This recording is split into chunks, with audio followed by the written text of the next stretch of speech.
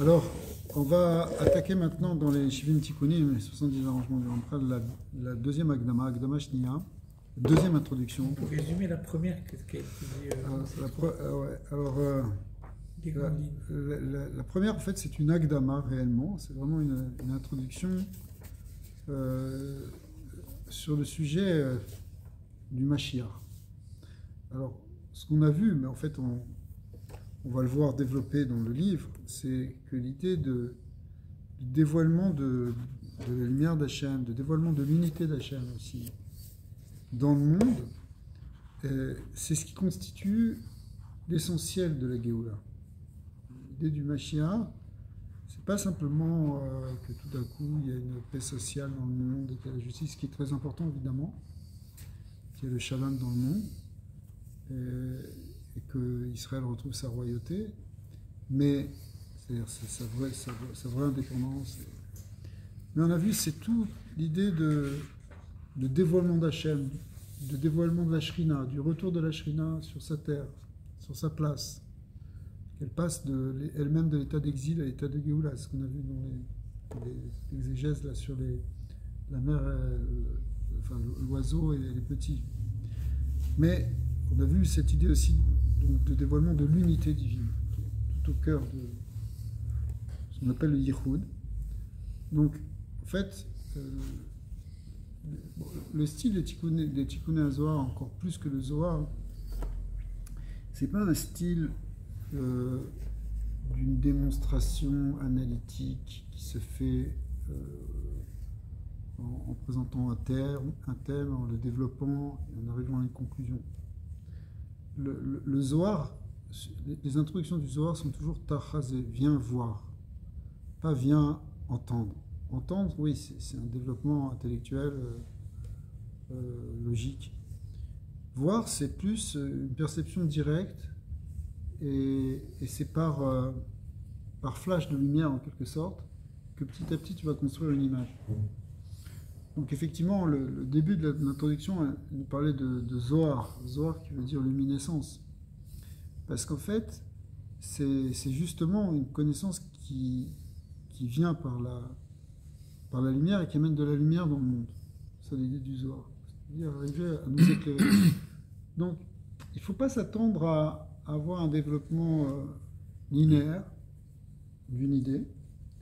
Ça ressemble beaucoup plus à ce qu'on fait quand on va dire, pour donner une image, quand on fait un puzzle. Quand tu fais un puzzle, au départ, tu vois rien, mais tu as une pièce, puis tu en rajoutes une autre, puis tu en rajoutes, et puis ici, dans un coin, tu en mets d'autres. Et petit à petit, à force de mettre ces morceaux d'images, en fait, qui ont les repères, mais en les associant petit à petit entre eux, se dessine une image beaucoup plus générale.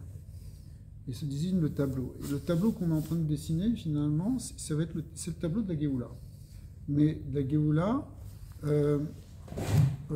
dans son aspect spirituel, dans son aspect... son aspect comment? Spirituel. On ne va pas réellement parler de l'aspect politique, économique, social de la Géoula. On va parler de l'essence, de ce qui se passe dans... En fait, ouais, c'est l'idée de Tikkun d'ailleurs.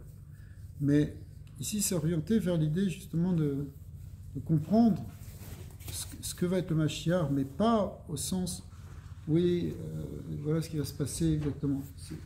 C'est ce qui va se passer, mais dans les plans supérieurs. C'est ce qui se passe dans le monde des Séphirotes, c'est ce qui se passe dans le monde de Elokut, mais en même temps, là-bas, il y a toute la racine et tout le plan de ce qu'on nous on va vivre après dans le monde d'en bas. Alors il y a un travail d'interprétation à faire, de comprendre toutes ces choses-là. On va parler par exemple là, dans cette nouvelle Agdama, on va parler des Shemot HaKedoshim. On va parler d'un Shem en particulier, du Shem de 42 lettres, du nom de 42 lettres, et on va voir son importance, aussi bien dans la création que dans la rédemption. Mais pour ça, il faut rentrer dans cette connaissance métaphysique de la compréhension d'un univers qui tient sur la parole de Dieu, qui tient sur des lettres, sur des mots. Mais tu nous avais dit qu'il y avait une correspondance avec le bas. Quand, par exemple, quand le Sarnan est tombé, oui, par exemple, oui. l'Irak tombé. Oui, mais ici, on est dans le Zohar, c'est-à-dire, on est dans les Tikkuné Zohar, c'est-à-dire que on te parle au niveau de ce qui se passe en haut. Après, comment? Effectivement, tout ce qui va se passer en haut ici, ça va avoir une correspondance dans le monde concret, dans le monde physique. Mais, alors pourquoi? On pourrait se demander, mais quel est l'intérêt? Quel est l'intérêt de se soucier de ce qui se passe dans les mondes cachés, en fait, dans les mondes spirituels? Alors, d'une part, parce que premièrement, il y a le plan du monde, il est dans la Torah. En fait, le monde, il est lui-même est porté par la Torah. Et deuxièmement, parce que par cette étude et par les prières qui vont venir, par le côté spirituel, en fait, on peut changer, entre guillemets, on peut influencer dans ce monde supérieur pour pouvoir justement que ça se manifeste dans le monde inférieur. C'est-à-dire, ça c'est ce qu'on avait déjà vu, d'ailleurs on l'a vu dans ce Sefer, par exemple, la guerre, puisqu'on avait parlé de la guerre au début, elle se joue sur deux plans. Sur un plan matériel, sur un plan spirituel. On a l'image très claire avec la Milchama contre Amalek qu'a fait Moshe Rabbeinu. Moshe Rabbeinu était en train de prier en haut de la montagne et Yehoshua se battait en bas. Donc c'est la guerre sur les deux plans. Même Yehoshua, qui après va se retrouver seul quand il n'y aura plus Moshe Rabbeinu, il devra faire la guerre dans les deux plans, puisqu'il devra à la fois se battre le jour physiquement et se battre spirituellement en étudiant la Torah la nuit. D'accord? Donc c'est une guerre spirituelle. Et on ne peut pas gagner l'un sans l'autre d'une certaine manière. En fait, on ne peut pas gagner la guerre matérielle sans la guerre spirituelle, pour Israël. On peut gagner toute la guerre uniquement par le spirituel. Ça, on l'a appris de Yaakov Avinu, qui a gagné contre les peuples de Canaan, mais uniquement par ses prières et par son étude. Parce qu'il n'a pas et du coup, il n'a pas besoin de se battre physiquement. Donc, ça peut aller jusque-là. Il témoigne à la fin de sa vie, il dit qu'il s'est battu, mais c'est quoi? C'est Bechorbi ou Bekashti, avec mon glaive et mon épée, mais on pose la question, c'est quoi avec Bekashti ou Bechorbi? Où est-ce qu'on voit qu'il s'est battu, Yaakov? Est-ce qu'il y a un récit d'une guerre? Non, il ne s'est pas battu physiquement. C'est vrai que le Targouï va dire que c'était c'était avec mes prières, mes supplications, que Yaakov a gagné la guerre. Mais une guerre seulement matérielle, ça ne suffit pas non plus. C'est-à-dire que si on ne fait que la guerre au niveau matériel, pour Israël, ça ne marche pas. Il faut faire la guerre dans les deux plans. C'est ce qu'on avait vu avec l'histoire de David et Goliath, avec l'idée déjà du schéma Israël, la force du schéma Israël, qui est justement la guerre spirituelle, l'arme spirituelle d'Israël, qui est en fait amener le Yichud d'Hachem. Et ça vient par une dimension spirituelle. Et donc, pour créer cette dimension spirituelle, on a besoin de la connaissance spirituelle. Et c'est la connaissance du Zohar. Cette connaissance de la Kabbalah, et après de la Chassidut, elle a pour but finalement de vaincre les forces du mal. Ça va être les outils, ça va être la manière, ça va être la guerre qu'on va faire contre les forces du mal, on va la faire par l'étude de la Torah, et en particulier l'étude profonde de la Torah, et par la Tefila, qui vient justement charger de cette étude. Donc l'intérêt de ce livre, c'est vraiment pour nous de repousser de l'obscurité. Et en repoussant de l'obscurité au niveau spirituel, on va la repousser au niveau matériel. On va éloigner aussi nos ennemis matériels. Je me souviens d'avoir lu ou entendu que le monde d'en haut se reflète dans le monde d'en bas, à savoir quand il se passe quelque chose en bas, c'est parce qu'en haut, il se passe la même chose. Oui, c'est vrai. C'est vrai. Ça, c'est vrai. Et donc, donc on peut imaginer que c'est en agissant en haut et en agissant en bas. Ouais. Écoutez, nous, on a un gouffre et une neshama. On a un corps et une âme. Voilà. Donc, c'est dans les deux plans que ça se joue. On ne peut pas faire les choses qu'au niveau corporel. Ça ne marche pas. Il faut aussi qu'il y ait au niveau de la neshama. C'est pour ça d'ailleurs qu'on fait une bracha sur quelque chose de matériel pour l'élever au niveau spirituel. Ok. Ouais. Alors, venez, on rentre dans la Gdama Shniya, parce que justement ça va être ça le thème.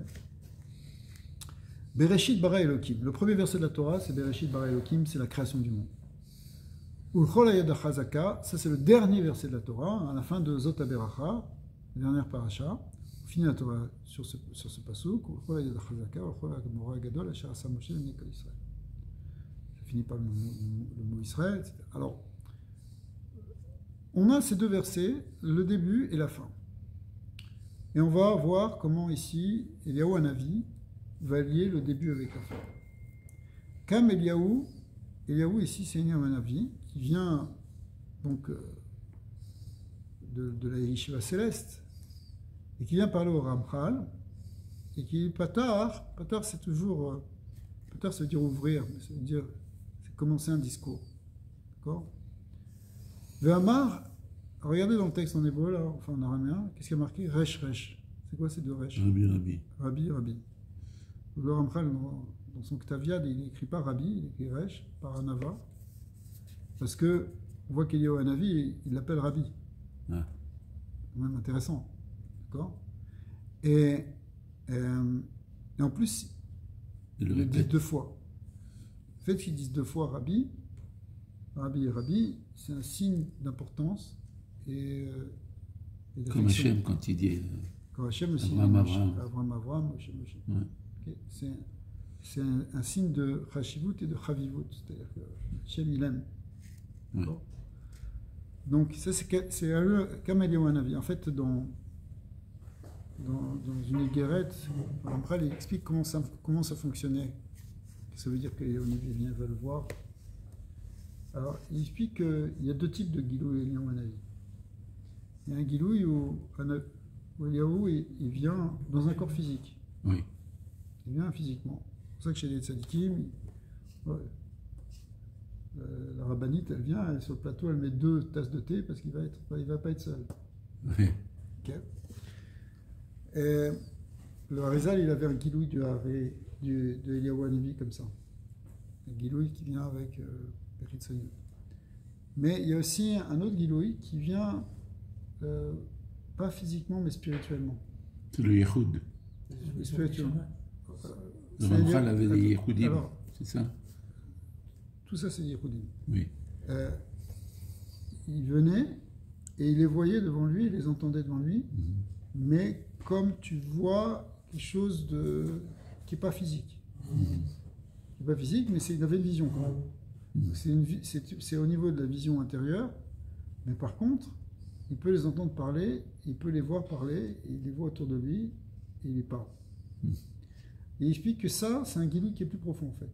Bon, avec ça, Nava, il nous dit qu'il n'avait pas atteint la moitié du niveau du Harizal, mais malgré tout, au niveau de ce type de Gilouï, c'est un Gilouï qui est plus profond que quand tu le vois physiquement. Ça nous paraît étrange, parce qu'on pourrait dire que quand c'est un corps physique, c'est encore plus fort, parce qu'elle vient physiquement dans ce monde, mais en réalité, non. Il y a donc un Gilouï de la Neshama du Tzadik ou du Malar, qui est aussi, c'est pas une Neshama, mais ça revient un peu pour eux-mêmes, qui vient et qui peut communiquer et révéler des sodotes. Alors, effectivement, pour arriver à ça, il faut rentrer dans un certain état de conscience qui vient avec des Yehoudim. Les Yehoudim qui sont des méditations des méditations spéciales sur des noms d'Hachem. Ouais. Et ces Yehoudim eux-mêmes ont été. Donc, le Ramchal faisait des Yehoudim, mais après ça, ces Neshamot qui viennent le voir lui ont donné d'autres Yehoudim pour pouvoir monter plus haut, pour pouvoir avoir accès à des secrets encore plus grands. Donc, effectivement, c'est par des méditations très profondes que peut arriver à ça, mais ce qui se passe ici, c'est que tout ce qu'on va voir maintenant dans le texte, enfin on l'a déjà vu dans l'Agdama aussi, c'était Eliyahu Hanavi qui parlait, tout ce qu'on va voir jusqu'à la fin, ce sera en fait des choses qui ont été dictées, qui ont été dites au Ramchal par des grandes Neshamot. On va voir Avram Avinu, on va voir Adam Harishon, on va voir Eliyahu, on va voir l'ange Matat.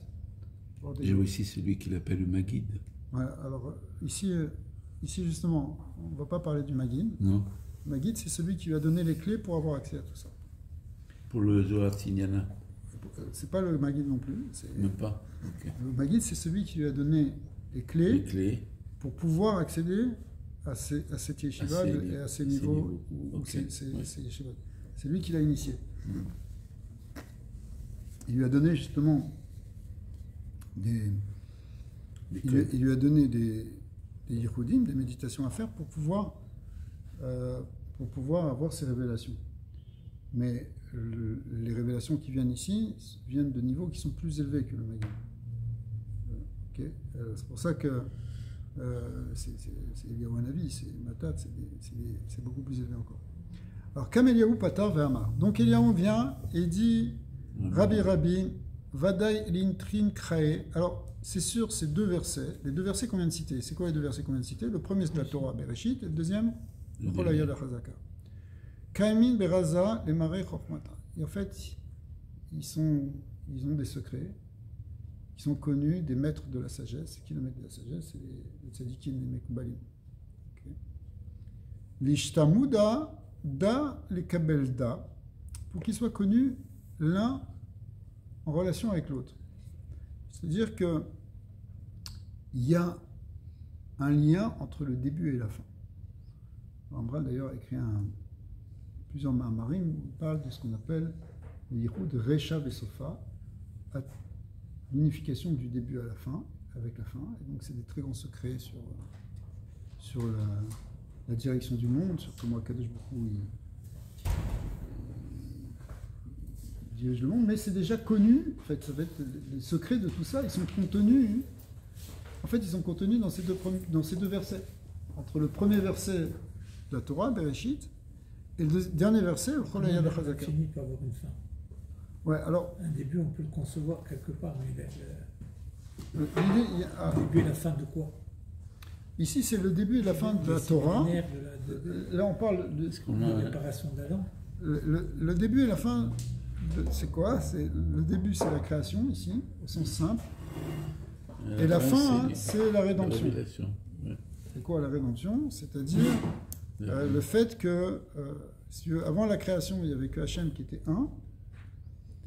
Et puis, il y a la création, donc il y a un certain voilement. Et puis, à la fin, se révèle dans la création que effectivement Hachem il est un aussi. C'est une manière d'expliquer les choses, il y en a d'autres.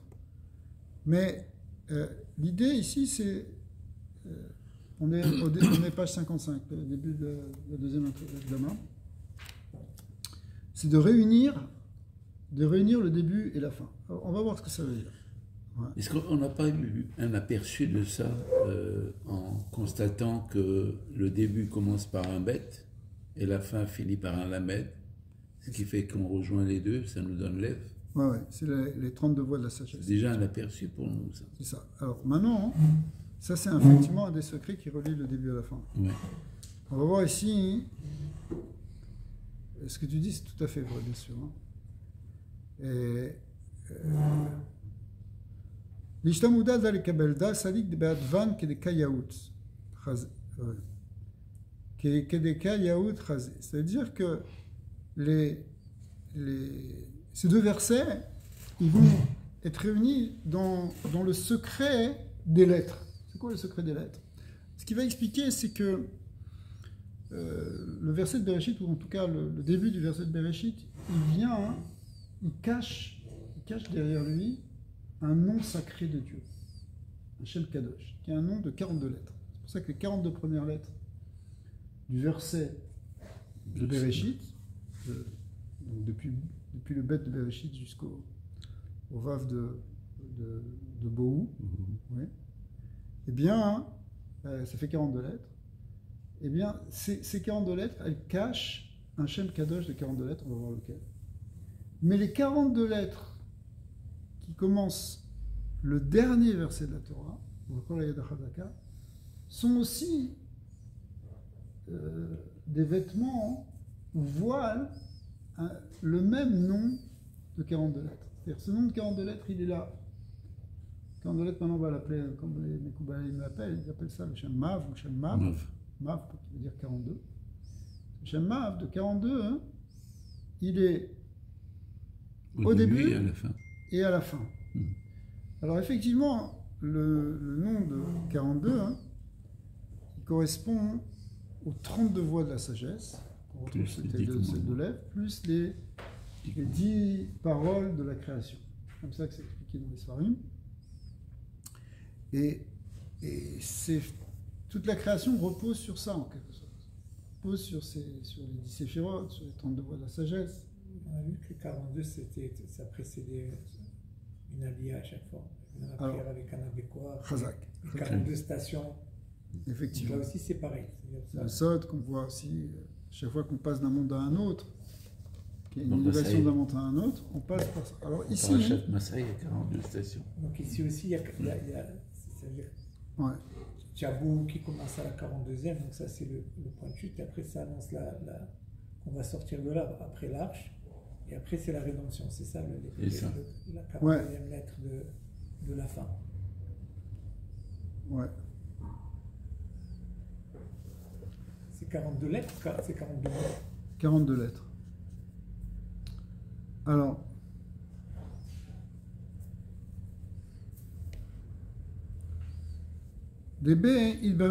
alors on continue. Beraza des Shema Kadisha, c'est un secret en fait d'un Shem, et c'est par ce Shem, Debe Idbaru Shmaya Ve'ara. Par ce Shem Kadosh, de 42 lettres, ont été créés le ciel et la terre. C'est-à-dire toute la création, elle vient d'un nom de Dieu. Tout, il faut comprendre une chose, c'est que tout va reposer là-dessus. C'est que tout l'univers et tous les univers ne sont pas autre chose que l'expression d'une parole divine. Quand on dit parole divine, c'est une forme un peu anthropomorphique de parler, mais c'est-à-dire c'est une expression du divin, une expression du nom divin. Le nom, c'est des lettres, c'est des mots, qui donnent toute la substance de l'existence de l'univers. C'est-à-dire, il n'y a pas autre chose en fait. Simplement, au départ, il n'y avait rien, et c'est ce nom de Dieu qui fait tout apparaître. Mais en même temps, ce même nom de Dieu, il est là à la fin pour tout réintégrer dans le divin. Parce que tout vient d'Hachem. Alors dans la Chassidut, on a beaucoup développé cette idée, on l'a vu dans le shiur de Tanya d'hier, de justement de prendre conscience quand on a parlé de la crainte supérieure, de l'ira ilah, il vient de la conscience qu'il n'y a rien d'autre que Hachem qui existe, il n'y a rien d'autre que sa parole finalement. Toute la création n'est rien d'autre qu'une parole. C'est ce qu'on va voir ce soir. Parce que nous, on n'est rien. Alors, quand on dit qu'on n'est rien, voilà. Ouais. C'est une méditation où on se voit comme rien. Mais en fait, on n'est pas complètement. Mais c'est quand on comprend que rien d'autre n'existe qu'Hachem. Ah, pourtant, il y a une création. Cette création, c'est juste le nom d'Hachem qui s'exprime. C'est juste la parole d'Hachem qui s'exprime. Je sais que c'est difficile à intégrer, mais petit à petit, ouais. C'est une parole, c'est restrictif. Une parole, c'est des ondes magnétiques. Tu vois, c'est un début, c'est une fin, c'est un contenu. C'est pour ça qu'en fait, c'est pour ça que c'est pas la parole d'un homme. Tu vois ce que je veux dire, c'est très restrictif. C'est limité un vocabulaire déjà. C'est ouais. infini. Regarde. Quand tu dis la parole d'Hachem, c'est quoi la parole La parole d'Hachem, c'est une image. C'est de la volonté. Et la parole, c'est l'expression d'une volonté, d'une pensée. Oui. Et la limite, c'est donner naissance à une pensée dans une réalité physique. Tu vois donc, est-ce que c'est ça la pensée d'Hachem? Il y a eu des pascoles quand même. C'est écrit Evra qui dit bras. La parole est créée. Abracadabra. Mais attention, il y a une idée de parole au sens où, oui, la Torah c'est une parole. La Sarah d'Ibarot qu'on a entendue au Sinaï. Quand le Navi entend une voix céleste, il entend une parole. Il entend donc, il y a un contenu de connaissance qui est dedans. Voilà. Donc il y a un message. Mais toute la création, elle est quoi? Comme c'est marqué, l'Olam Devarcha Nitzav Bashamayim, c'est quoi? C'est expliqué d'après le Baal Shem Tov que la parole d'Hachem, qui a dit Yerakia, elle résonne en permanence pour faire le ciel. Si elle s'arrête à un moment, il n'y a plus de Rakia. C'est vrai pour toute la création. Non mais Hadesh. Toute la création, c'est une expression d'une parole qui est dite en permanence. Parce que Hachem, il est au-delà du temps. Donc nous, on voit les choses dans le temps, mais pour Hachem, c'est hors du temps. Donc, cette parole-là, elle résonne en quelque sorte. Et elle donne l'existence à toute chose. Elle est même l'existence. Alors, cette parole, c'est une parole finalement qui est marquée dans la Torah. Mais la Torah, comme c'est marqué dans le Zohar, que la Torah kula shemotav shel HaKadosh Baruch Hu. La Torah, c'est rien que des noms d'Hachem. Les lettres sont des noms d'Hachem. Mais avant la création, Ayahu Shmo Echad, il y avait lui et son nom qui ne faisait qu'un. C'est-à-dire que son nom, le nom d'Hachem, n'apparaissait pas. La création, c'est faire apparaître le nom de Dieu. C'est faire connaître le nom de Dieu. Alors, tout ça, c'est... Attention, ça ne comprend pas en une seconde. Parce que c'est quoi le nom? Le nom, c'est la manifestation. C'est ce par quoi il se fait connaître, ce par quoi il se manifeste. Mais en fait, toute la création, c'est la manifestation du divin. Il n'y a pas de différence entre la création et la manifestation. De notre point de vue, nous, on voit ça comme une séparation. C'est-à-dire qu'on a l'impression qu'il y a la création et qu'il y a Dieu. Mais dès qu'on rentre dans la pnimiout, on arrive à la conclusion que la création elle-même, c'est le nom de Dieu. C'est difficile, encore une fois, à intégrer. Parce que nous, on ne voit pas les choses comme ça. On voit le monde physique, et puis bon, Hachem, il avait dit qu'il y a ce monde, et il y a ce monde. Mais ça, c'est un niveau exotérique. Mais un niveau ésotérique, un niveau plus intérieur, c'est pas comme ça que ça fonctionne. C'est qu'il n'y a pas d'autre chose que la parole de Dieu. Et c'est ça qui est contenu ici dans l'idée que c'est le nom d'Hachem qui est derrière le passouk de Bereshit.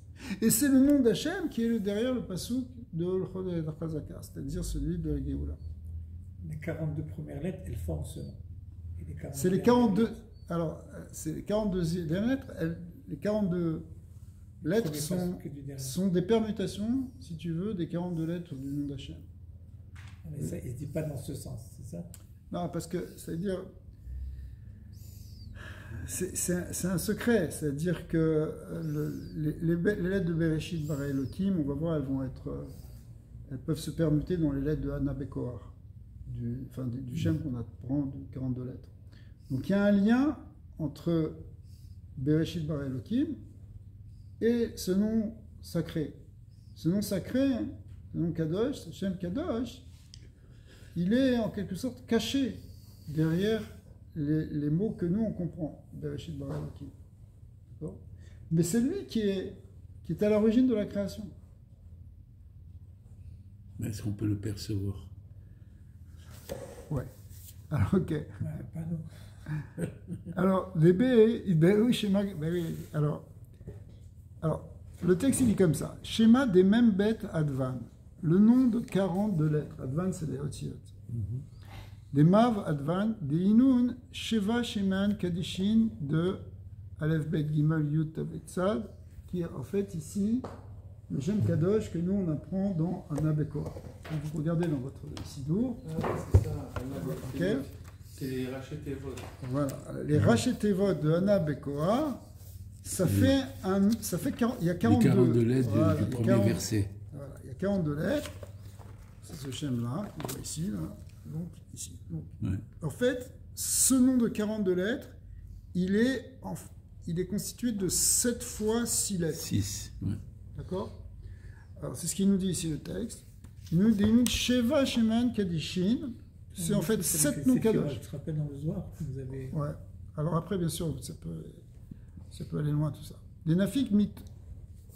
Alors, Vechavroy, des nafik mitrin elin. D'où est-ce que les Mekoubalim, ils ont appris ce Shem Kadosh? Parce que ce Shem Kadosh, bien sûr, donc, est constitué de 7 noms, en fait. D'accord? Ils l'ont appris... C'est racheté votre du verset. Du verset. Hana, ça fait Aleph. Bekoar, ça fait Bet. Gevora, ça fait Gimel. D'accord? Yati, Yemincha, Tatir, Tzrora. Yemincha, ça fait Yud. Tatir, ça fait Tav. Et Tzrora, ça fait Tzadé. Donc ça fait le Shem Yud, Tav, Tzadé. Okay? Donc, quand on a ces 7 noms. Ces 7 noms, alors ce qu'il te dit ici, c'est qu'on les a appris, on apprend on apprend ces 7 noms, on apprend ce nom de 42 lettres, des 2 versets de Bereshit et de L'Chol Chazaka.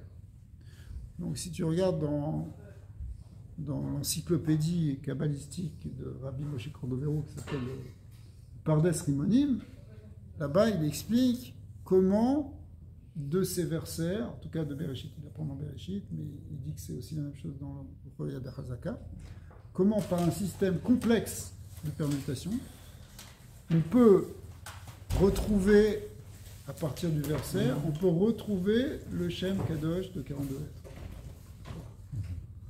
Alors, si vous voulez, je pourrais vous le montrer, mais ça risque de compliquer un peu. En fait, si vous voulez, comment on passe d'un mot à un autre. Par exemple, le bet de Bereshit, il va se transformer en un aleph, le aleph de Hana Bekor. Comment? Par un système complexe de permutation. Il va transmuter par plusieurs permutations jusqu'à ce bet va devenir le resh de Bereshit, c'est la deuxième lettre. Eh bien, il va devenir ici un bet. Donc c'est le Hadbash. Alors, c'est pas que le Hadbash, c'est plusieurs systèmes d'alphabet qui font permet la lecture de cette. Qui font que on va faire apparaître ce Shem Kadosh. La manière dont c'est fait, c'est très complexe. Quand je dis c'est complexe, ça veut dire qu'on ne voit pas une idée logique dedans. C'est quelque chose qu'on a reçu des Kabbalah. Il y a des secrets sur les Shemot Akadoshim qui sont simplement des choses qui ont été révélées bénévois. Ouais.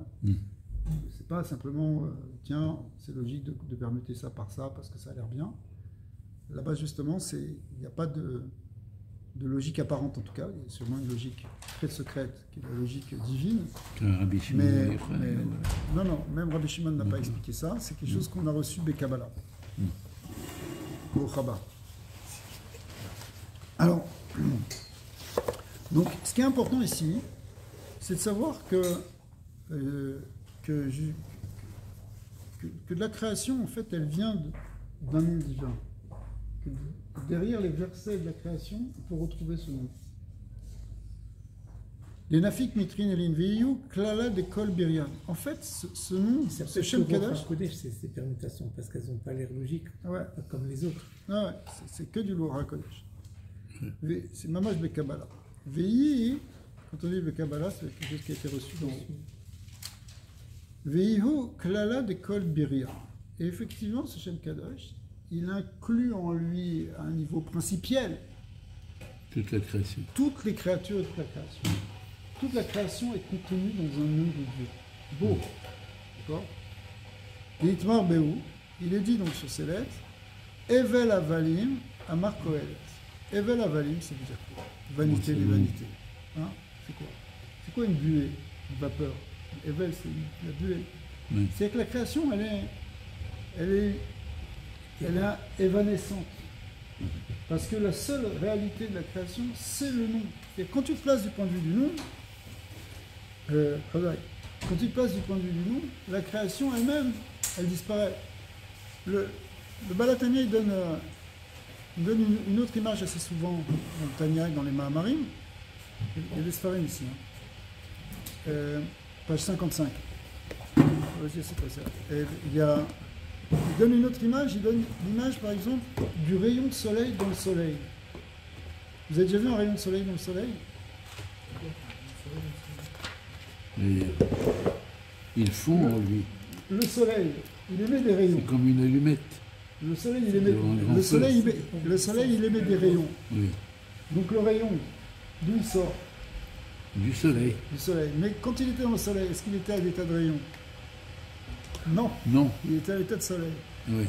Ben, vous avez compris? Je répète.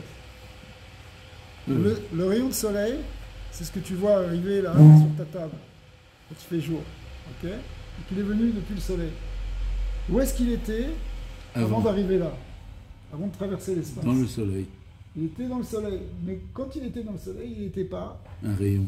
Il n'était pas à l'état de rayon. Mais c'était un rayon qui était à l'état de soleil. C'est comme la création. Alors, il y a cette image pour dire que toute la création, elle est comme ça. La création, elle nous apparaît comme une réalité tangible. Mais en réalité, si on comprend bien, elle n'est jamais séparée d'Hachem. Elle est comme à ce moment-là, il dépasse même l'image, il dépasse même le machal, pour dire, elle fait un avec le Créateur, elle est un aspect du Créateur. C'est très fort. Parce que quand tu lis Bereshit Bara, C'est après le Simsoum, ça, parce que le Simsoum était dedans comme le rayon. Voilà. Tu peux dire le Simsoum. Alors, quand tu dis Bereshit bara Elohim, et que tu le prends à un niveau qu'on va dire exotérique, et ça veut dire exotérique, ça veut dire au niveau premier de la religion et de la philosophie.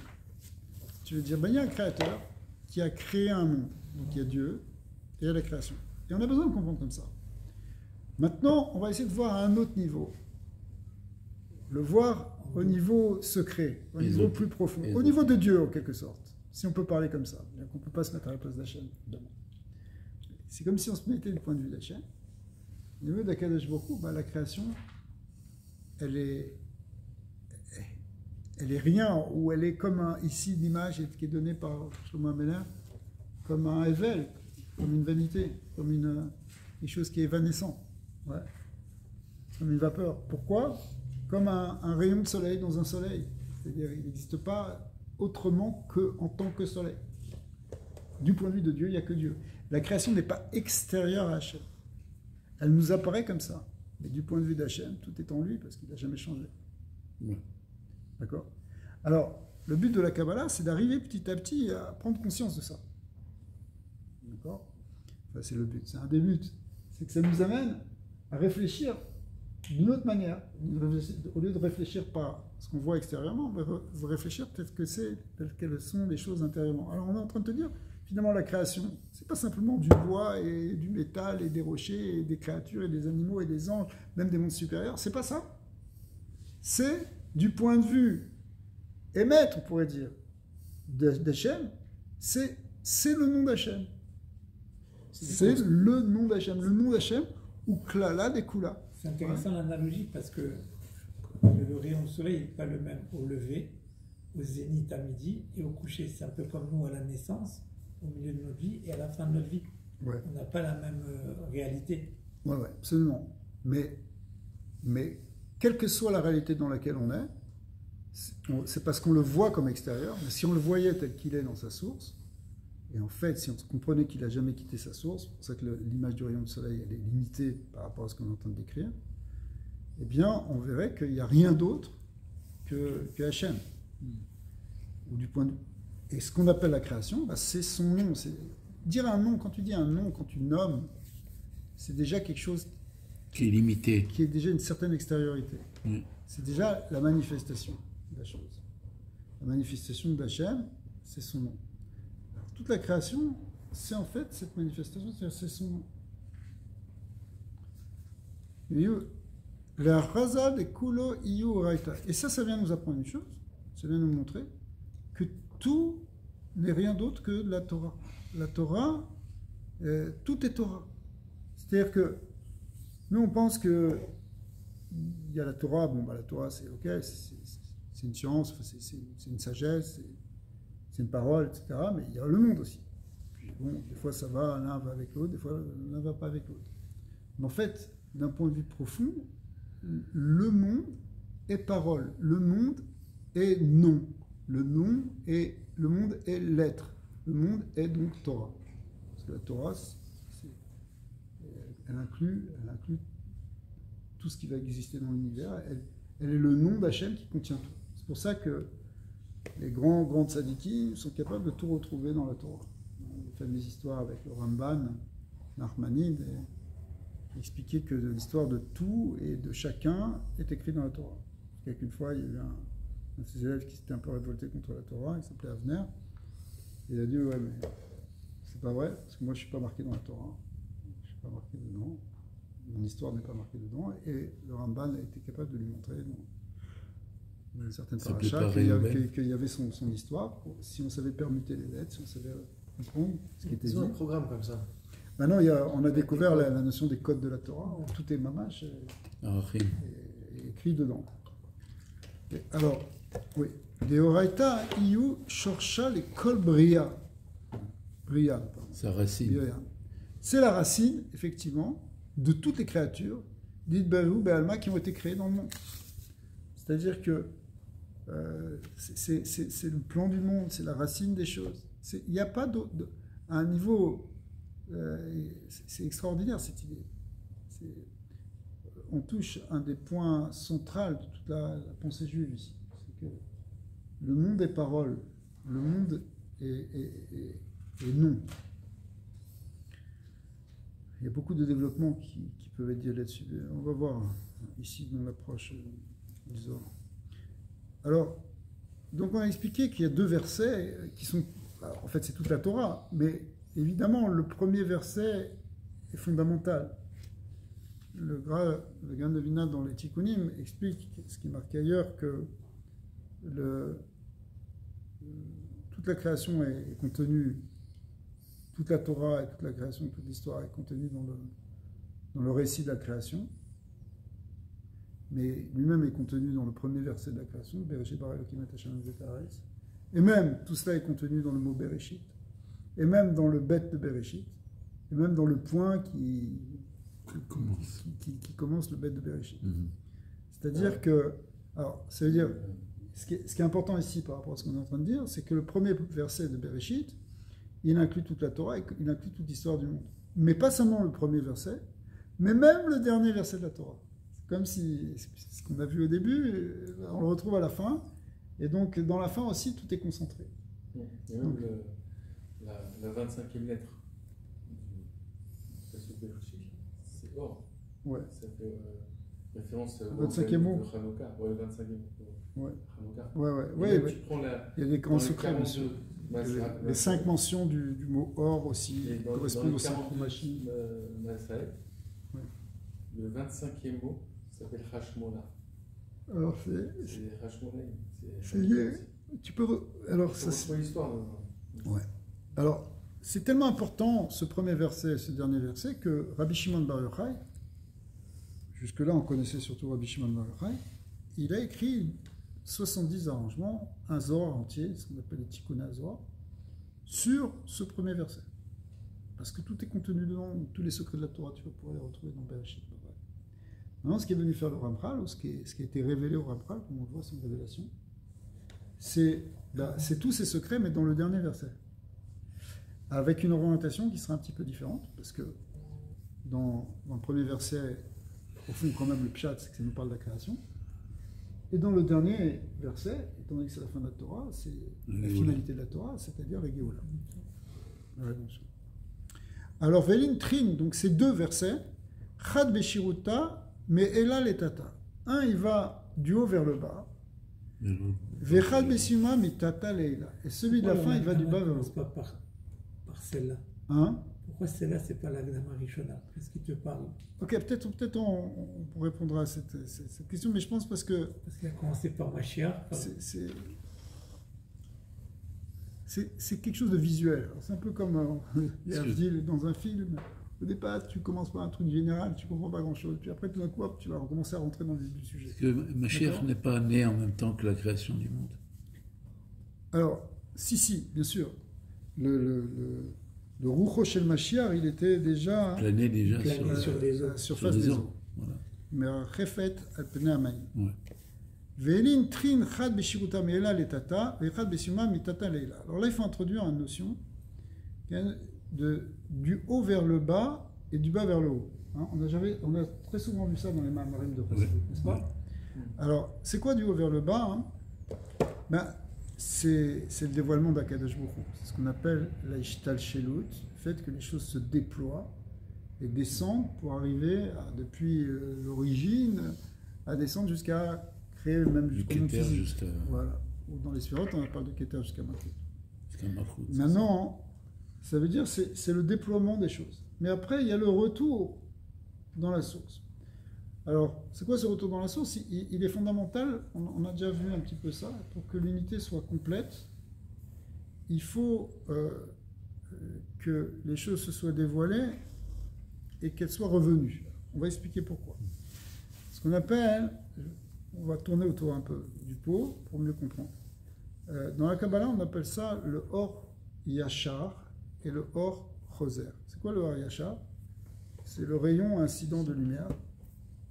Et le Or Choser, c'est la réflexion de ce rayon.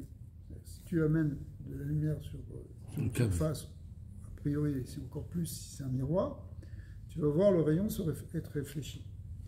Et quand les choses elles vont aller dans les deux sens, c'est là que la lumière elle va être complète. Par exemple, Rabbi Nachman explique que la Hashgacha d'Hachem, il nous regarde. Donc quand il nous regarde, c'est comme si du haut, c'est une image évidemment, du haut vers le bas, il nous surveille. Donc c'est un mouvement qui vient de Dieu vers l'homme, du créateur vers la créature, c'est du haut vers le bas. Mais pour que cette Hashgacha elle soit complète, pour que la protection et la surveillance et elle soit complète, il faut qu'il y ait aussi le regard qui va du bas vers le haut. C'est-à-dire que l'homme, il prie et qu'il se tourne vers Dieu. Parce que si Hachem, il s'occupe de nous, mais que nous, on lui tourne le dos, c'est plus compliqué à surveiller. Mais si nous, on renvoie la lumière vers Dieu, c'est-à-dire qu'on se tourne vers lui du bas vers le haut, okay, eh bien, la connexion, elle est totale. Donc, la création, c'est pas simplement que Dieu a créé le monde et des créatures, c'est que les créatures elles-mêmes, elles se tournent vers Dieu. C'est là qu'on peut parler d'un Yichud. Ça veut dire, la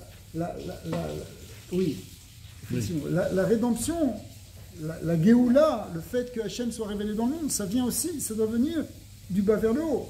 Ça ne veut pas dire qu'Hachem ne va pas faire des choses pour se révéler, mais il faut que la créature, elle le cherche. Sinon, si elle veut rester tout le temps dans l'obscurité, elle va errer dans l'obscurité jusqu'au bout. Ça ne suffit pas qu'Hachem nous ait créés, il faut que cette création, elle soit elle-même la réflexion du plan divin. Donc c'est pour ça que c'est si fondamental de parler de ce sujet, parce que tout le but, c'est que tout le but de la création en réalité, si on explique, c'est que Akadosh Baruch Hu, il se révèle dans tous les plans, et en particulier dans le plan d'en bas. Mais pour ça, il va falloir qu'il y ait ce travail du bas vers le haut. Alors, il y a beaucoup de Mahamari de Chassidut qui ont expliqué ça. Beaucoup.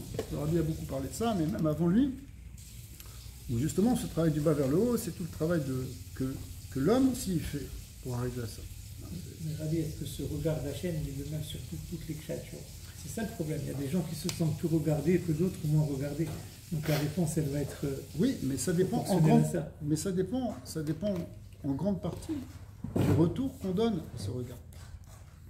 Suppose que moi, je veux m'occuper de toi, mais toi, tu n'es jamais là. Tu t'occupes pas, tu t'en fiches. J'ai beau essayer de t'appeler, j'ai beau essayer de vouloir te donner quelque chose. Toi, même si je t'envoie des cadeaux, tu n'es même pas là pour les recevoir. Ça revient par la poste, ça a été perdu. Mais qu'est-ce que je fais?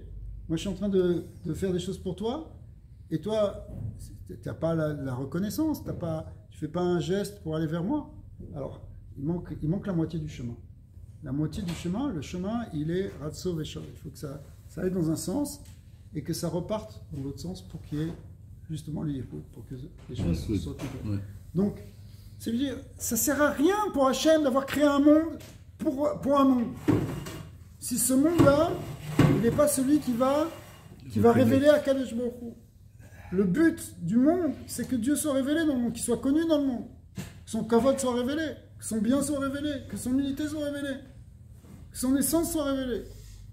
Tout ça, c'est des raisons qui ont été données. Mais pour ça, il faut que la création le veuille, l'accepte, le demande, le reçoive. Mais est-ce que Hachem a vraiment besoin de nous? Alors, la question de besoin, c'est une manière encore de parler, donc il faut répondre à cette question. Il y a plusieurs manières d'approcher les choses, parce qu'à un certain point de vue, Hachem, il a besoin de rien. C'est ça. Mais d'un autre côté, s'il a créé le monde, c'est qu'il a eu un désir de le faire. Okay. Moi, je me pose la question, l'être humain est tellement petit, et Hachem est tellement grand, et les générations s'enchaînent et se succèdent, et de quoi Hachem peut, malgré toute la grandeur des grands hommes qui ont étudié, qui ont révélé, qu'est-ce qu'il en retire de ça? Parce qu'Hachem, c'est même pas définissable. Hachem, est-ce qu'on peut le définir? C'est un roi qui n'a pas... Comment on peut dire? C'est sûr qu'il en retire un plaisir, quant à nous. Sinon, alors, tout ça, c'est des choses sur lesquelles il faut répondre longuement, mais effectivement, il y a quelque chose qui est un désir d'Hachem. S'il y a un désir, c'est qu'il a un plaisir à avoir. À nous, il a un ratson un Tanoug de créer le monde. Maintenant, son Ratson, il nous dépasse totalement. Mais tout ce qu'on sait, c'est que s'il a créé le monde, c'est qu'il le voulait. C'est pour une raison. Ouais. Donc s'il le voulait, c'est qu'il y trouvait quelque chose dedans. Ouais. Sinon, ok. Alors, comme Hachem, il est justement, il vient d'une perfection, c'est sûr que c'est pas une erreur. C'est pas que nous, des fois, on désire un truc, mais en fait, après, on regrette. On dit, tous les parents, leurs enfants, ils n'ont pas besoin de ton bébé. Okay. Alors, ça touche des questions fondamentales du pourquoi Dieu a créé le monde, quel est le sens de la création du monde. Vous avez raison. Mais en tout cas, hein, ici, bon, là rapidement, j'ai essayé d'énumérer plusieurs raisons pour lesquelles la Chine a créé le monde, pour être connu, pour que sa gloire se révèle, pour que son bien se révèle, pour que son essence se révèle, son unité, etc. Mais tout ça, ça demande de s'y attarder. Mais ça fait l'objet de beaucoup de spharim qui ont été écrits là-dessus. Alors, maintenant, ce qu'on voit ici, c'est qu'il y a ici quelque chose qui doit aller dans un double sens. C'est-à-dire que le début et la fin, il faut rattacher le début et la fin comme c'est marqué dans le Sefer Yetzirah. Et un va dans un sens et l'autre va dans l'autre sens, et c'est une complémentarité. C'est-à-dire que la création, elle prend toute sa dimension que quand il y a la révélation d'Hachem. Okay. S'il n'y a pas la révélation d'Hachem, c'est une création qui voit l'Hachem et ça ne suffit pas. Alors, Ubeu, sur eux, il dit Imlo beriti yomam valayla chukot shamaim va'aretz lo samti. C'est un passage de Jérémie qui explique qui parle de la création du monde qui dépend d'une alliance, d'un brit avec Akadosh Baruch Hu. C'est le brit de la création, on va voir. Mais dans ce verset, c'est marqué Shamaim va'aretz, c'est-à-dire que ça commence par le ciel et ensuite c'est la terre. Donc quand on dit commencer par le ciel et par la terre, et ensuite dire Shamaim va'aretz, ça donne une idée d'aller du haut vers le bas. Okay. Le bas c'est la terre, Shamaim c'est le haut. Okay. Des meacha telim kuleu chuke de shmaya ve'ava. En réalité, toutes les ça va être expliqué juste après, c'est-à-dire que toutes les lois du ciel et de la terre, tout ce qui fonde l'univers, tout ce qui maintient l'univers, ça vient de ce bérit, de cette alliance qu'Akadosh Baruch Hu a fait, qui est l'alliance de la Torah, qui est l'alliance de feu de la Torah, donc c'est la Torah qui est le maintien du monde. C'est elle la parole qui, comme on l'a dit, qui tient le monde. On va arriver. Veda Berit de Bereshit. Ce brit qui est marqué dans le verset de Jérémie qui dit Imlo Beriti Yomam Valay. Si ce n'était pas mon alliance qui jour et nuit maintient le ciel et la terre. Cette alliance, ça se dit Brit, Berit. Berit, c'est dans le mot Bereshit. Bereshit, ça peut s'écrire Berit Esh, l'alliance de feu. Le feu, c'est toute l'énergie qui va faire vivre la création. D'accord ? C'est le feu de la Torah. Berit Esh, Mimino Esh Datlamo. Alors le verset, il dit, à la fin de la Torah, que de sa droite sort un feu pour son peuple, pour eux. D'accord ? C'est quoi ? Une loi de feu. Une loi de feu. Alors, c'est que la Torah est appelée Esh. Eshdat. Eshdat, c'est le feu de la Torah. La Torah est appelée feu. Donc en fait, le Berit Esh, l'alliance qui maintient le ciel et la terre, c'est quoi l'alliance ? C'est la force qui va donner le kiyum du ciel et de la terre, c'est la Torah. La Torah, elle est, la parole de Torah, c'est ce qui tient le monde. C'est pour ça que quand on va étudier la Torah, on soutient le monde. Et que quand il y a Bitul Torah, on affaiblit le monde. Parce que l'essence de l'univers, on l'a dit, c'est cette parole, c'est ce monde Hachem qui est la Torah. Et qui est contenu dans le début et dans la fin. Il y avait Titen et Met les Yaakov, Yaakov est debout, il a ses deux jambes. Ouais. On va voir ce verset. Ça représente on va voir ce verset. la Torah, non? Ouais, on va voir Dafka ce verset. Mais alors, on a dit, on a annoncé déjà la couleur que ça allait être Shamayim Varet, ça veut dire que c'est quelque chose qui va du haut vers le bas, c'est le dévoilement de la Torah. Vekadma iyu yomam ubatra iyu laila. Et effectivement, c'est marqué yomam valaila. C'est-à-dire que c'est d'abord le jour, c'est la nuit. On retrouve la même idée. Des leila, it yom gekadmita ou les batar laila. Parce que dans le monde divin, il y a d'abord le jour et ensuite la nuit. Ça veut dire quoi? Il y a d'abord le jour et ensuite la nuit. C'est pas quelque chose de temporaire. C'est qu'au départ, il y a la lumière divine et après, il y a le voilement de la lumière. Donc ça commence par Yom et ça continue par Laila. Pour nous, c'est le contraire. Nous, on vit, vaïe rêve, vaïe boker, on commence par la nuit. D'abord, on est dans l'obscurité, on est dans la galoute, on est dans les difficultés jusqu'à arriver à la Géoula, où ce sera la journée, ce sera la lumière, la luminosité. Donc, pour Hachem, ça va d'abord du jour vers la nuit, pour nous, ça va d'abord de la nuit vers le jour. C'est pour ça qu'il y a les deux qui sont marqués. Donc ici, dans le brit de la Torah, dans le dévoilement de l'essence de la Torah, qui est la parole qui maintient le monde, on va d'abord Shamayim Vaaretz, on va d'abord donc dans le déploiement, d'abord il y avait de la lumière, puis petit à petit on arrive dans un monde d'obscurité. Pour nous, qui partons du monde d'en bas vers le haut, d'abord on est dans l'obscurité, on va remonter vers la lumière. D'accord? Vous me suivez? Donc, le Bereshit, c'est qu'on part de la lumière et on arrive dans la création jusqu'à la création matérielle qui voile beaucoup la lumière d'Hachem, qui est donc dans l'obscurité. Mais nous, notre travail, ça va être de revenir vers le haut et de dire d'abord du rêve, ensuite on va arriver vers le boker.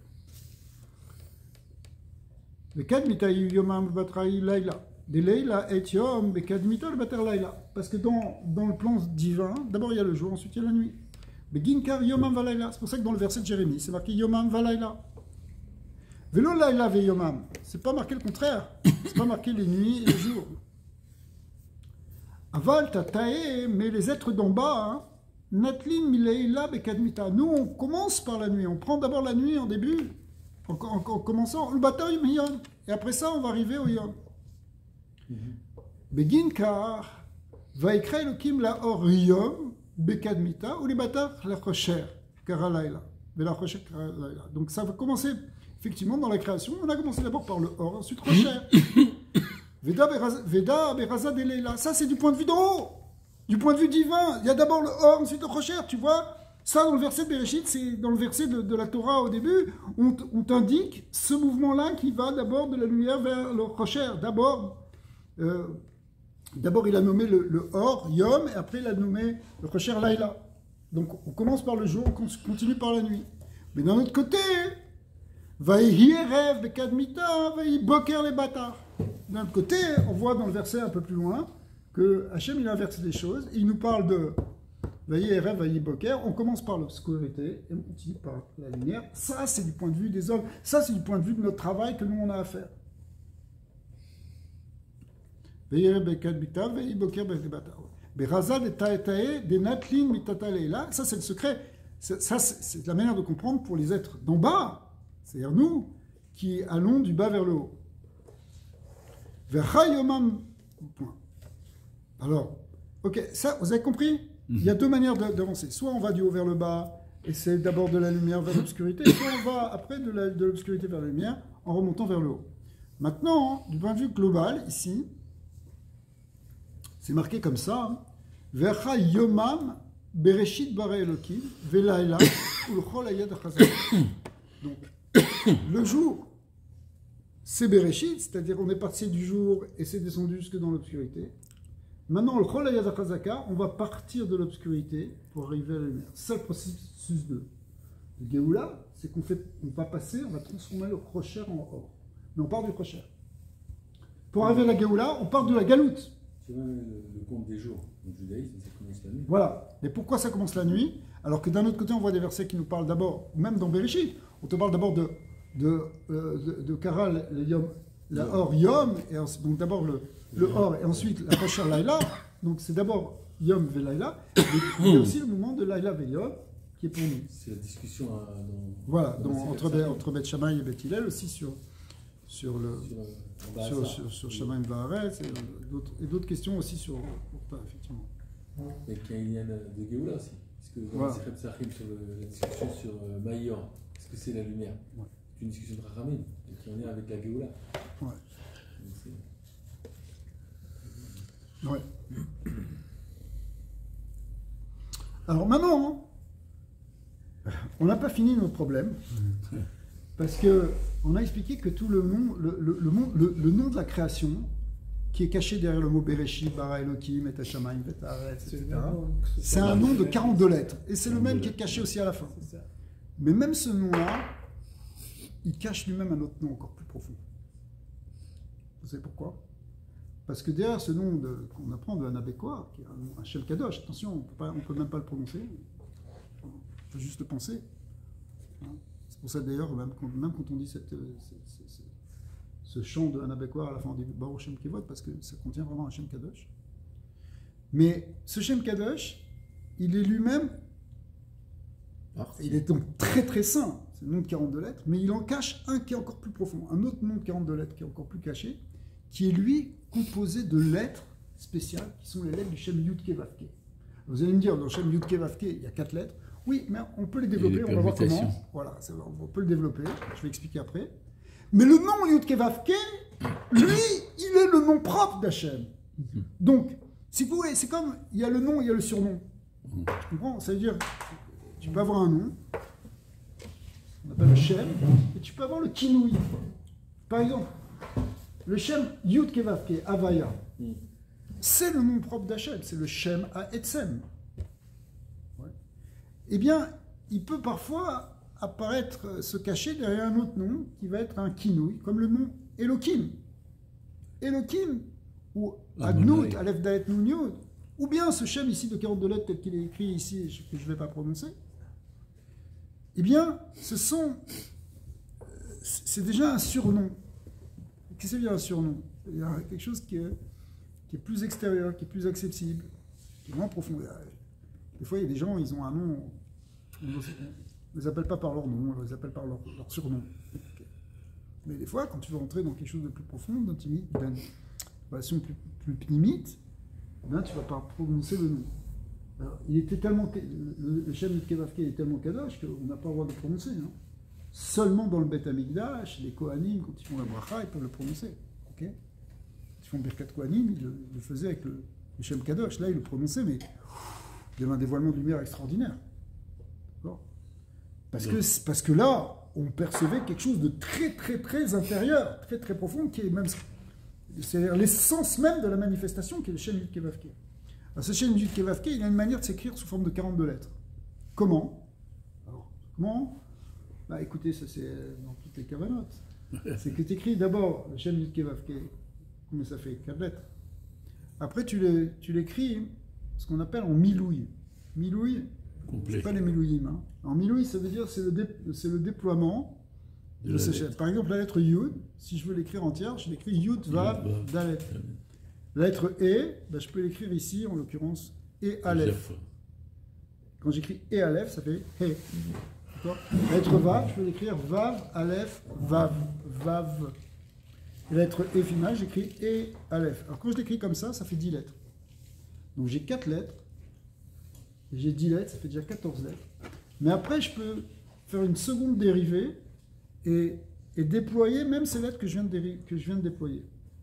C'est-à-dire que le Yud, que j'écris Yud, Vav, Dalet, bah, je vais écrire lui-même le Yud, Yud, Vav, Dalet, et ensuite le Vav de ce Yud, Vav, Dalet, je vais écrire Vav, Aleph, Vav. Et ensuite, le Dalet, je vais écrire Dalet, Lamed, Tav. Et ainsi de suite. Et je vais obtenir une nouvelle manière d'écrire le Shem Yud Ke Vav Ke de 28 lettres, cette fois-ci. Pour vous amuser ce soir. 14 et 28, 42. 14 et 28, 42. Donc en fait, le nom de 42 lettres, qui est derrière le Shem de Anabekora, qui est derrière ce Shem qu'on m'a dit, c'est toute la création, c'est ça. Mais il y a quelque chose qui est encore plus profond, qui est vraiment là, on touche l'origine de... C'est l'intérieur de l'intérieur du nom divin, si on peut parler comme ça, je ne sais pas si c'est très juste. L'intérieur de la création, qui est... Si on dérive comme ça constamment, on va arriver à des nombres de 80. Oui, mais oui, après tu peux développer, avoir plus de lettres. Mais ce qui est important, c'est que c'est le nom Yud Ke Vav Ke. Tu comprends? le nom Yidke Vavke, que tu l'écris sous forme de 4 lettres, sous forme de 10 lettres, sous forme de 28 lettres, et en tout de 42 lettres, peu importe, c'est le nom Havaya. Et le nom de Havaya, c'est le Shem d'Akadosh Baruch Hu. C'est son nom propre. Le reste, c'est parce que comme il est Elohim, c'est-à-dire qu'il a les pouvoirs, on l'appelle Elohim. Comme il est le maître, le seigneur, alors on va l'appeler Adanout, Aleph Dalet Nun Yud. Okay? Comme il est le dieu des armées, on va l'appeler Hachem Sebakot. Okay? Ou Shakai, ou Kel, il y a plusieurs Shemot. Mais et après, il y a tous les autres Shemot qu'on apprend dans la Kabbalah. Tu le dérivé de 42 et pas de 14. Alors, 42, c'est un mystère. 42, c'est un mystère. C'est le mystère des 32 voies de la sagesse. Et il faudrait expliquer qu'est-ce que c'est les 32 voies de la sagesse. Et il dit Yasa Mahama. Donc, c'est pas un nombre qui est par hasard. Et à part ça, il y a des secrets dans chaque nombre. Mais c'est pas un nombre qui est par hasard. C'est un nombre qui correspond donc justement à l'essence de la création, qui sont les forces divines, qui sont les paroles divines, qui sont les sphirotes divines. Tapourine Kadishin, c'est la langue. Tapourine Kadishin, ça représente une sphira, ça représente une sphira de Malchut. Parce qu'on lit tout ça. Enfin, le Chakal Tapourine Kadishin. Avant le Kiddush. Ouais. Ouais. Alors, on va s'arrêter là, parce qu'après, on finit par les Veda Lego, ou les Gav, il est sur l'intérieur, Raza Deoraita Vadai. Ce secret de ce nom Yud Kevavke qui fait 42 lettres, il est le secret de la Torah. Alors que le Shem de Anna Bekwa, Aleph, Bet, Gimel, Yud, Tav, Tzadeh, etc., il est le secret de la création. C'est-à-dire toute la création est contenue dans ce nom. Mais on a dit que toute la création vient de la Torah. Alors la Torah elle est elle-même contenue dans un nom qui est le nom Havaya, de 42 lettres. Donc c'est lui qui est le plus intérieur, c'est lui qui est le plus profond. Pourtant on parle c'est ce qu'il dit. Shem Regarde. Meforash. Alors oui, c'est ça le Shem Meforash, le Shem Meforash Bediuk, c'est ça. C'est lui. Ouais. Des cas d'imita les bars. Le premier, c'est le nom d'Hachem d'Anna Bekwa, il est à l'extérieur. Vekalil Minin de Alma, il inclut toutes les choses du monde. Vea les gars, et celui-là, il est à l'intérieur. Kalil Minin de Oraita, lui, il inclut la Torah. Toutes les paroles de la Torah. Donc, on voit encore ces deux couches, en quelque sorte, plus extérieure et plus intérieure, entre la création et la Torah, mais en fin de compte, tout ça, c'est complètement unifié. Comment les schémas comme Elohim ou Shakal, écrit chez Amar, les Olamo Tal, ils expriment aussi. Ils expriment un aspect du divin.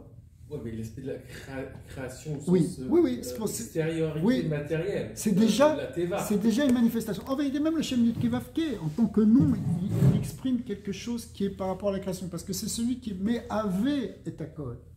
C'est celui qui fait tout être. Donc il fait être les êtres. En fait, il est l'être qui fait tout être. Et pourquoi pourquoi Hachem il a eu besoin de... Pourquoi il a besoin tu parlais du... Non mais là tu retombes dans la question du pourquoi de la création. Non, mais pourquoi il y a besoin d'avoir... Hachem il a des différents schémas, si tu veux. Est-ce que c'est le même schéma finalement? Mais derrière tous les schémas, il y a le Shem Haitzan. Shem Havaya. Mais à chaque fois qu'il y a un nom, c'est un comportement d'Hachem. Voilà, mais le Shem Havaya, ça décrit pas son comportement, ça décrit le fait qu'il est. La globalité. Et alors pourquoi la Torah elle commence par Bereshit Bara, Elohim, et Hachem et justement, parce que c'est un voile, mais on voit que, regarde, que les Mekoubalim, derrière ce verset de Bereshit Bara Elohim, ils trouvent le nom de Yud Kevavke. Oui, ils trouvent le nom d'Anna Bekwa, ils savent retrouver le nom. Et derrière ce nom d'Anna Bekwa, ils retrouvent le nom de Yud Kevavke. Ce qui fait qu'en réalité, au fond, toute la Torah entière, c'est rien que le nom de Yud Kevavke. Il n'y a rien qu'Hachem. Mais bon, ça fait partie du yichud, de la connaissance du yichud d'Hachem. Voilà, alors la semaine prochaine, on va compliquer un peu. Ouais, Hachem. Vous êtes au ballon. Bon, Adonai, le Olam, Amen. Amen.